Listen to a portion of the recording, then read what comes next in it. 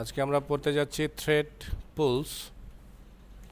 তো thread pool can be use to execute task efficiently. So creating a task and thread. You learn how to define a task class by implement runnable and how to create a thread run task like this. মানে আমরা একটা basic style already দেখেছি, তাই না? যে কীভাবে runnable use করে আমরা খুব সহজে একটা টাস্ককে কমপ্লিট করতে পারি। আজকে আমরা যেটা সম্পর্কে জানবো সেটা হচ্ছে একটা pool, thread pool. This approach is convenient for a single task execution, but it is not efficient for a large number of tasks because you have to create a thread for each task. তাহলে task যদি অনেকগুলো হয়, সবগুলো টাস্কের জন্য আমাদেরকে আলাদা আলাদা করে থ্রেড বানাই দিতে হবে। তো সেটা আসলে সময় সাপেক্ষ ব্যাপার। Starting a new thread for each task could limit throughput the cause poor performance. তাহলে সবার জন্য যদি এরকম টাস্ক আমরা একটা একটা একটা করে বানাই, যার কারণে আমাদের পারফরমেন্স আলটিমেটলি পোর হয়ে যাবে, মানে স্লোয়ার হয়ে যাবে। Using a thread pool is an ideal way to manage the number of task executing concurrently. তাহলে আমরা যদি থ্রেড পুল ইউজ করি, এই থ্রেড পুল ইউজ করাটাই হচ্ছে এটার জন্য পারফেক্ট একটা সলিউশন, যার মাধ্যমে আমরা কি করতে পারবো, টাস্কগুলোকে ম্যানেজ করতে পারবো এবং তাদের এক্সিকিউশনগুলো আমরা কনকারেন্টলি করতে পারবো, মানে একই টাইমে একটার সাথে একটা কম্পেয়ার করে, মানে কম্প্রোমাইজ করে করে তারা চলবে আর কি।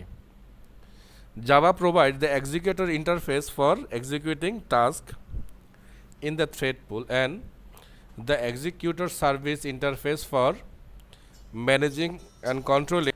So controlling task executor service is a sub interface of executor as shown the figure.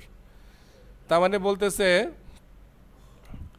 এই এক্সিকিউটরের একটা সাব ইন্টারফেস হচ্ছে এক্সিকিউটর সার্ভিস। এই দুইটাকে ইমপ্লিমেন্ট করে আমরা থ্রেড পুল বানাতে পারবো এবং থ্রেড পুল বানালে যেটা হবে, সে নিজে নিজে টাস্কটাকে কন্ট্রোল করবে আর কনকারেন্টলি করবে। এটা হচ্ছে সবচেয়ে মজার ব্যাপার, মানে একই সাথে অলমোস্ট ওই যে বলছি, কাউকে একটু থামাবে, কাউকে একটু চালাবে, এই প্রসেস করে করে সেই কাজগুলোকে কমপ্লিট করবে। So to create an executor object use the static method in executor class as শোন। আচ্ছা, সো বলতেছে নিউ ফিক্স থ্রেড পুল ইন্টিজার, মানে আমরা একটা পুল সাইজ বলে দিব যে আমাদের পুল সাইজ এত, মানে লিমিটেশন বলে দেব যে এতগুলো লিমিট থাকবে। যত টাস্ক আসবে সব টাস্ক এই 4টা বা 5টা পুলের মধ্যেই কাজ করবে। যেমনটা আমাদের সিপিউর একটা লিমিটেশন আছে না, 4 কোর 5 কোর 8 কোর, এর বেশি, মানে এর বেশি তো আর না। তার মানে অতগুলো পুল আমরা আগে থেকে সেট করে দেবো, যত টাস্ক হবে অতগুলো পুলের মাধ্যমেই হবে। এতে করে যেটা হবে, আমাদের প্রোগ্রাম স্লো আর হবে না। এর আগে যেটা করতাম, নিউ থ্রেড একটা করে থ্রেড বানাতাম, একটা করে অটোমেটিক পুলের মতো তৈরি হতো, পুল না পুলের মতো করে তৈরি হতো, কিন্তু খেয়াল করবেন বিষয়টা। তো এত করে 10টা টাস্কের জন্য আমরা 10টা এরকম বানাই নিতাম, তার মানে 10টাই একসাথে কাজ করা শুরু করতো, যার কারণে প্রেশার বেশি আসতো। এখন যেটা হবে, একটা পুলের মধ্যে আমরা 10টা টাস্কে পাঠাই রাখবো।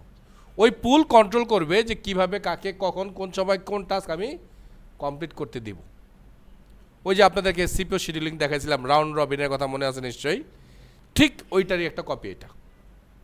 ক্লিয়ার? আমি প্রোগ্রাম করে দেখাবো, ভয় পাওয়ার দরকার নেই, একটু আমরা থিওরিটা জেনে নেই।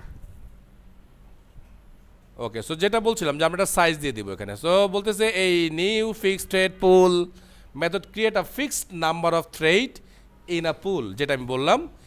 If a thread complete executing the task, it can be reused to execute another task. এইটাই হচ্ছে এটার মজাটা।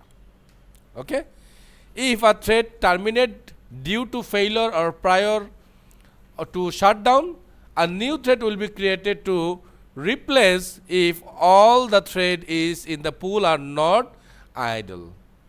মানে কোনো কারণে বন্ধ হয়ে গেল, সে কি করবে, আরেকটা থ্রেড তার মধ্যে সে ডাইনামিক্যালি ওপেন করবে, ওপেন করে সেটাকে সে চালানোর চেষ্টা করবে। আর এখানে বলছে pool are not idle and there are task waiting for execution. যদি কোনো টাস্ক বাকি থাকে তখনই সে এই কাজটা করবে, বুঝতে পারছি তো। আবার কোনো পুল যদি আইডল না থাকে তখন সে করবে। ধরেন অলরেডি একটা পুল খালি আছে, কথার কথা, আর কোনো একটা টাস্ক হচ্ছে না, তো নতুন একটা পুল সে তৈরি করবে না। ওই অলরেডি যে পুলটা খালি আছে, আইডল যে বসে আছে, তাকে দিয়ে সে ওই থ্রেডটাকে কমপ্লিট করাবে। বুঝতে পারছি তো ব্যাপারটা? তো the new catch thread pool method create a new thread if all the thread in the pool are not idol. এবার আরেকটা মজার কথা বলছে যে এই যে এটা দিয়ে তো আমরা থ্রেডের পুলের সাইজ বলে দিলাম, যদি তারপরেও দেখা যায় যে আমার যতগুলো পুল ওপেন করছি সবগুলো পুলই কাজ করতেছে, কিন্তু আমার আরও দরকার থ্রেড চালানোর জন্য, তখন এই মেথড আবার কি করবে, আরও একটা পুল খুলে দিবে, মানে আরও একটা থ্রেডের জন্য, থ্রেড চালানোর জন্য অবস্থা রেডি করে দিবে, তাহলে পুলের সাইজ বাড়ায় দিবে। দেওয়ার পর কী করবে, বাকি কাজটাকে কমপ্লিট করার চেষ্টা করবে। এখানে বলছে পুল আর নট আইডল, যদি আইডল না থাকে and there task waiting for execution, মানে বাকি পুলগুলো হয় কাজ করতেছে, নাইলে এক্সিকিউশনের জন্য ওয়েট করতেছে, তখন যদি দরকার হয় আরও একটা পুলের, তখন সে কী করবে, আরও একটা পুল ওপেন করে দেবে। A thread in a cache pool will terminate if it has not been used for 60 seconds. 60 second সময়ের মধ্যে যদি এই যে ও যে নতুন যে পুলটা ওপেন করবে ওটা যদি কোনো কারণে ইউজ না হয়, সেটা অটোমেটিক বন্ধ হয়ে যাবে। বুঝতে পারছেন তো কত হিসাব নিকেশ করতেছে? এই সব হিসাব নিকেশ করার একমাত্র কারণ হচ্ছে আপনার পারফরমেন্স। এত এত টাস্ক আপনার চলবে, আপনি বড় কি বলে এন্টারপ্রাইজ লেভেলের সিস্টেম বানাবেন, এখন সিস্টেম বানানোর পর যদি সিস্টেম স্লো হয়, সিস্টেম যদি প্রপারলি কাজই না করে, আপনার সিস্টেম চালাবে কেউ? এত টাকা খরচ করে নেবে কেউ? এই জন্য এই এত হিসাব নিকাশ করা হচ্ছে, এত কিছু জানানো হচ্ছে আমাদেরকে, যেন এগুলো আমাদের মাথায় থাকে। এক্সিকিউটরের মধ্যে কিছু মেথড আছে, সেই মেথডগুলো আমাদেরকে দেখাইলো। একটা হচ্ছে পুল নাম্বার, এটা হচ্ছে ক্যাশ, যেটা আমরা লাস্টের দিকে অন করবো বললাম, সে এই জিনিসটা আমাদেরকে দেখাচ্ছে। এই দুইটা জিনিস এখানে আছে। সো আমি যেটা করলাম, আমি মাই টাস্ক নামে একটা ক্লাস ওপেন করলাম, ঠিক রানেবলকে ইমপ্লিমেন্ট করলাম, যেমনটা আমরা নর্মালি করি তাই করলাম। এইখানে এসে আমি কিছু কাজ করছি, একটু খেয়াল করেন। আমি বলছি পাবলিক ভয়েড রান, যেটা আমাদের রানেবল নিতেই হয়, সেটা আমরা নিয়েছি। প্রথমে বলছি system dot print line task, task ID, আর আমি মেসেজ পাঠাচ্ছি is running on thread, thread current thread dot get name. It means কোন থ্রেডটা কাজ করতেছে, কোন থ্রেডটা রান করতেছে, কোন টাস্ক আইডির জন্য, সেইটা আমরা এখান থেকে খুঁজে পাবো, মেসেজে দেখব এস আউট। যেহেতু এখানে আমরা বলছি ট্রাই ক্যাচ, বলছি থ্রেড স্লিপ 1000 মিলি সেকেন্ড, মানে 1 মিনিটের জন্য তাকে আমি ঘুম পাড়ায় দিব। তার মানে কি 1 মিনিটের, সরি 1 সেকেন্ড, 1 সেকেন্ডের জন্য তাকে আমি অফ করে দিব তার কাজকে, তাকে অফ করে অন্য কেউকে কাজ করার আমি সুযোগ দিব। তারপর দেখেন বলছি আবারও ক্যাচ, যদি ট্রাই এটা যদি সে করতে না পারে তাহলে কি করবে, আমরা জানি ইরোর আসবে। ইরোর মানে কি, ক্যাচ কাজ করবে। তো এই জন্য আবার ক্যাচে আমরা মেসেজ দিছি, সরি টাস্ক আইডি ওয়াজ ইন্টারাপ্টেড, মানে কোনো কারণে বন্ধ হয়ে গেছে। আর যদি সব ঠিকঠাক মতো চলে, শেষে আমরা বলবো টাস্ক আইডি কমপ্লিটেড বাই, মানে টাস্কটা কমপ্লিট হয়ে গেছে কোন থ্রেড থেকে সেটা আমরা বুঝতে পারবো। এটাকে আমি নিয়ে আসছি এবার এখানে, যেগুলো তখন বললাম যে এক্সিকিউটর সার্ভিস, এখান থেকে এক্সিকিউটর নিলাম আর এক্সিকিউটরকে কল করলাম, ওইখান থেকে আমরা পুল সাইজ বানালাম, আমাদের পুলের সাইজ দিলাম মাত্র 3। এবার আমরা একটা ফর লুপ চালালাম, 1 থেকে স্টার্ট করলাম, যেহেতু এটা অ্যারে না তাহলে 0 থেকে শুরু করবো না, কিন্তু আমরা সাবধান, হ্যাঁ মাথায় রেখেন ব্যাপারগুলো। আর ওর লিমিট হবে হায়েস্ট 5। রানেবলকে কল করলাম, নিউ টাস্কের মধ্যে আমরা এখানে আইডিকে পুশ করবো। আইডি বলতে কি, তার মানে 1 2 3 4 5 এরকম পর্যন্ত সে গুনবে। আর এক্সিকিউটরের কাজ হবে কি, সাবমিট টাস্ক, এই টাস্কটাকে এক্সিকিউশনের জন্য ট্রাই করবে। ঠিক আছে? তো সব যদি প্রপারলি হয়ে যায়, আমরা এক্সিকিউটরটাকে পরে শাট ডাউন করে দেবো। কাজ শেষ, ওটা তো আর অন করে রাখবো না, কারণ অন করে রাখা মানে তো রিসোর্সটা ইউজ হচ্ছে, আর অফ করে দেওয়া মানে রিসোর্স রিলিজ করে দিলাম আমরা, তার মানে অন্য কেউ সেটাকে ব্যবহার করতে পারবে। ওকে, তাহলে চলেন এটাকে আমরা একটু রান করি, আসলে কি হইল সে ব্যাপারটা বোঝার চেষ্টা করি। এখানে দেখেন task 1 is running on thread pool number 1, thread number 1 এ। টাস্ক কত? 3 is running on the thread pool number 1, আর থ্রেড নাম্বার কত? 3। এবার টাস্ক 2 কিন্তু তার টাস্ক পাইছে, কিন্তু দেখেন আমরা যখন ফর লুপ কাউন্ট করছি, ফর লুপে গুনছে কীভাবে? 1 2 3 4 5 করেই গুনছে, সে তো আর 1 3 2 গণে নাই, তাই না? তার মানে এখানে একটা জিনিস দেখলাম যে থ্রেড ওই যেটা দেখছিলাম আমরা প্রথম দিকে, থ্রেড কিন্তু তার মনের মতো করেই চলবে। এবার দেখতেছি 2 is running on the thread pool 1 এবং থ্রেড 2তে। 3 কমপ্লিটেড বাই পুল 1 থ্রেড 3। তো দেখেন থ্রেড 3 এর যে কাজ ছিল সেটা সে ফুললি কমপ্লিট করে ফেলছে, এবং থ্রেড 3কে কিন্তু সে তাহলে রিলিজ করে ফেলছে। খেয়াল করেন ব্যাপারগুলা।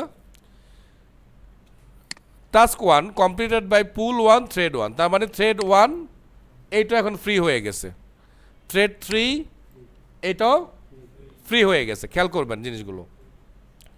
4 is running on the thread pool 1 thread 3। একটু আগে আমরা যেহেতু 3কে ফ্রি করলাম, তাহলে ফ্রিকে এখন ইউজ করা যাবে, এই জন্য 4কে আমরা বলে দিছি যে তুমি এবার 4 তাহলে থ্রেড 3কে ইউজ করো, আর 5কে আমরা বলতেছি থ্রেড 1কে ইউজ করো, যেহেতু 1ও আমরা ফ্রি করে দিছি। কিন্তু এইবার দেখেন আমরা বলতেছি task 2 complete by pool 1 thread 2, তার মানে 2 এইবার ফ্রি হয়ে গেছে। তো যেহেতু অলরেডি থ্রেড 1 আর থ্রেড 3 5 এবং 4কে নিয়ে কাজ করতেছে, তার মানে আমার থ্রেড 2 কিন্তু এখন আইডল, বসে আছে। হ্যাঁ বসে আছে, কারণ তার কাজ নাই, এই জন্য সে বসে আছে। আসলে কি বুঝলাম? বুঝলাম এটাই যে টাস্ক যতগুলোই থাকুক, ও কী করবে, আমাদের যে পুল সাইজ, সে পুল সাইজের মধ্যে সেই কাজটাকে কমপ্লিট করার চেষ্টা করবে। ক্লিয়ার? আমি যেটা করি একটু চেঞ্জ করি, সেটা হচ্ছে গিয়ে পুল সাইজটাকে আমি একটা বাড়াবো, আর টাস্ক সাইজ আমি আরও 5টা বাড়াবো, তার মানে 10টা টাস্ক করব। তাইলে দেখেন কি হয়। সো রান, এখন কিন্তু রান শেষ হয় না, দেখছেন তো, এখন কিন্তু রান করতেছে। খেয়াল করেন যেটা করছে, সিঙ্ক্রোনাইজলি কিন্তু কাজগুলো কমপ্লিট করছে। টাস্ক 3 আগে হইতে পারে, টাস্ক 5 আগে স্টার্ট হইতে পারে, টাস্ক 10 আগে হইতে পারে, কোনো সমস্যা নাই।